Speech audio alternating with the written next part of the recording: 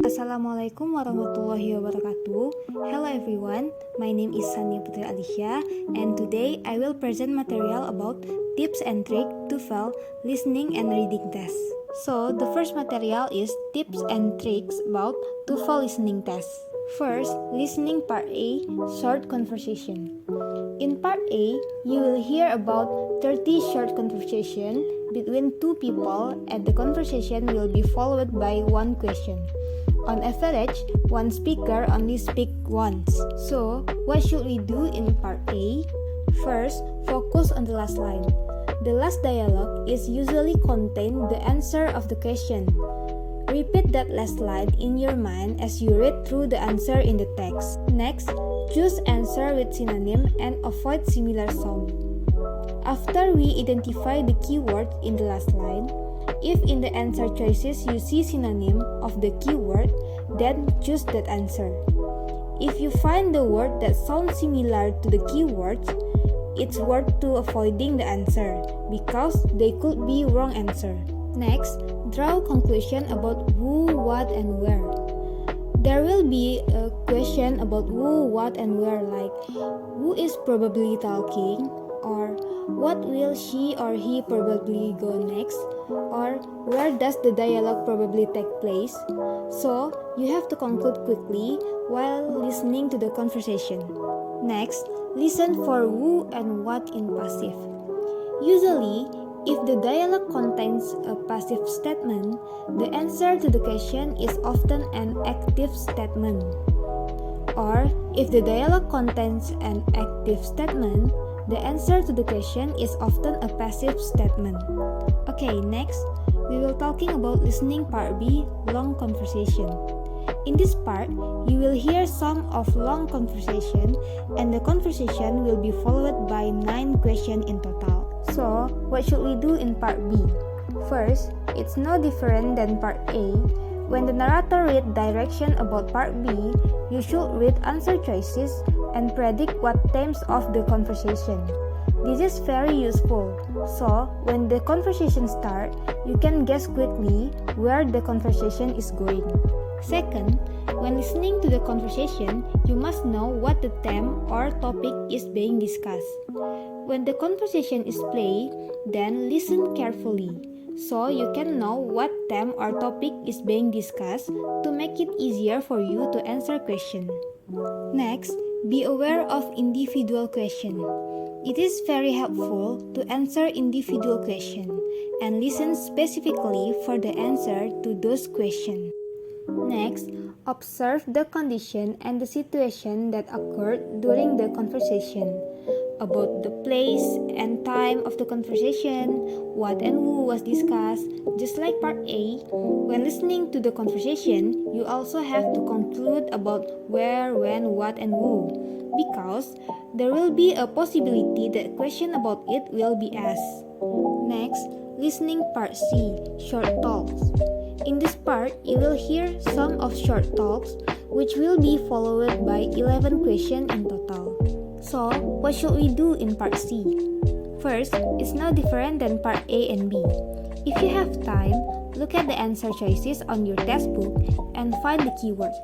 So, when the statement begins, you can guess quickly where the statement is going. Next, anticipate the topic. What do the speakers talk about? This we can also get when doing the first strategy. Next, focus your hearing on matters relating to the 5WH question. What, who, when, where, why, and how. This question will often be asked in part C. Next, listen carefully to the talk, especially the first line, because it usually contains the main idea.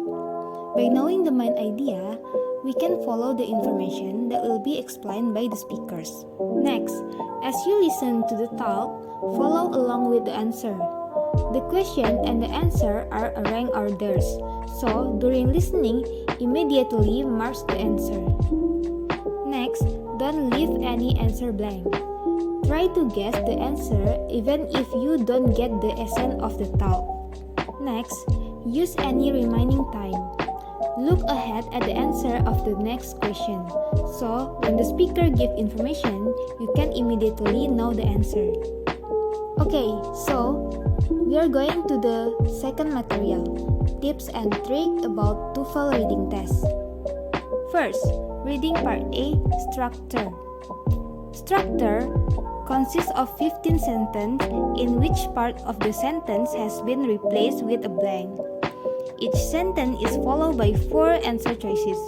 You must choose the answer that complete the sentence in a grammatically correct way. So, what should we do in reading part A? First, study the sentence. Your purpose is to determine what is needed to complete the sentence correctly. Next, study each answer based on how well it completes the sentence. Eliminate answers that do not complete the sentence correctly. Next, don't try to eliminate incorrect answer by looking only at the answer. The incorrect answers are generally correct by themselves. The incorrect answers are generally incorrect only when used to complete the sentence.